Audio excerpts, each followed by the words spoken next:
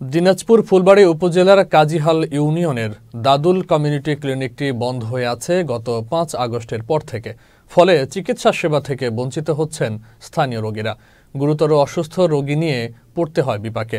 স্থানীয়রা জানান, ক্লিনিকটি মাঝে কিছুদিন অল্প সময়ের জন্য খোলা হলেও পরে আবার বন্ধ করে দেওয়া হয়। বর্তমানে এটি পড়ে আছে পরিত্যক্ত অবস্থায়। সীমানা প্রাচীরের ভেতরে গবাদি পশু রেখেছেন কেউ কেউ। গ্রামের মানুষের চিকিৎসা সেবা নিশ্চিতে ক্লিনিকটি অবিলম্বে চালু করার দাবি জানিয়েছেন স্থানীয়রা। এ বিষয়ে ব্যবস্থা নেওয়ার আশ্বাস দিয়েছেন উপজেলা স্বাস্থ্য ও পরিবার পরিকল্পনা কর্মকর্তা ডাক্তার মশিউর রহমান। আমার বউ ডেলিভারি কেস তো এখানে আসে, আমি হলো ওই কাগজ একটা লাগবে আর কি, এটা দিলে বলে ভালো নাকি হবি আরও আসে। 2-3 দিন থেকে বন্ধই পাইছি। এই যে আজও বন্ধ মনে করেন, আজও সোমবারের দিন, আজকেও বন্ধ। তাহলে এটা পামও দিন আর দিবি দিন লাগবে তো আমাকে জরুরি এমার্জেন্সি।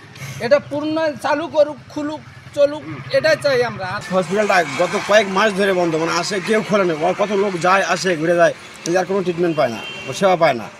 এখানে অনেক তো গরিব মানুষ, সবাই তো ডাক্তারের কাছে যাইতে পারে না। স্থানীয় আমাদের এই যে ক্লিনিক, স্বাস্থ্য ক্লিনিকে চিকিৎসক প্রায় দেখা আছে। চিকিৎসা সেবা থেকে আমাদের এই গরিব জনসাধারণ এখানে খুবই বঞ্চিত হচ্ছি আমরা।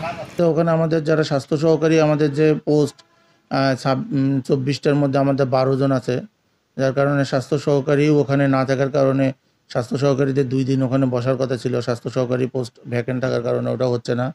আর FWA আমি এর মধ্যেও পরিবার পরিকল্পনা কর্মকর্তার সাথে কথা বলবো, দেখি ওখানে কোনো FWA কে দিয়ে কাজটা পরিচালনা করা যায় কিনা।